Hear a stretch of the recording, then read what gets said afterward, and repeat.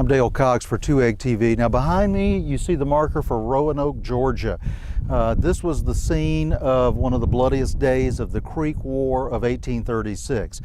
The Battle of Roanoke, or as it's sometimes called, the Roanoke Massacre, took place in 1836 when a group of Creek warriors, most of them Yuchi, led by Jim Henry, crossed the Chattahoochee River and attacked the town of Roanoke. Now, they knew that there was trouble in the Creek Nation, the settlers of Roanoke did, so they had evacuated their women and children up to nearby Lumpkin for their protection, but a few of the men remained behind to stand guard over their community, which by that time had stores, about 30 families, an important riverboat landing and such. It was a place where cotton was exported, down the Chattahoochee River or up to Columbus, Georgia.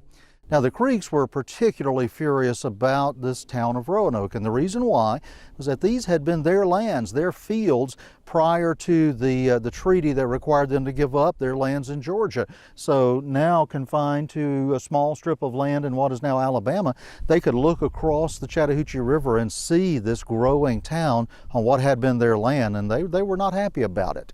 So Jim Henry was a store clerk in Columbus. When he heard that there was an uprising in his nation, he walked off the job, disappeared, and he reappeared not long after, leading the attack on Roanoke. Now, the historical marker behind me here is about a half mile from the actual location of Roanoke. One thing let me warn you about: if you see the arrow at the top, it's actually pointing in the wrong direction. The battle actually happened in the other direction over on the Chattahoochee River. The building of the Walter F. George Reservoir, or Lake Eufaula, flooded most of the original town site, so it's now underwater. Now, what happened was the Creeks, they came over the Chattahoochee River at night and they surrounded and moved in on the town of Roanoke.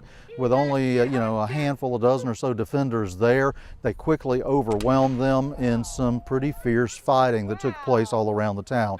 They set fire to the town. In fact, one of the whites killed in the battle was actually hiding in a chimney and was literally cooked to death when the fire in the house did him in.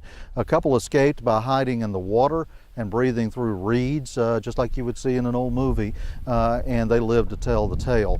The Creeks went back across the river after the Battle of Roanoke, but this incident grew in the public imagination. It became called the Roanoke Massacre, even though the men who were left here were really militiamen who were defending the town, so it was more of a battle than it was a massacre per se.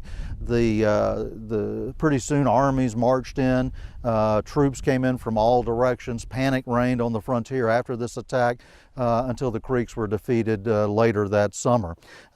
Jim Henry was captured. He was tried up at Columbus, Georgia, or across the river, what's now Phoenix City, for his involvement in this. He was acquitted, but 3 other men, all of them Yuchi warriors, were hanged for their part in the Roanoke Massacre, or the attack on Roanoke.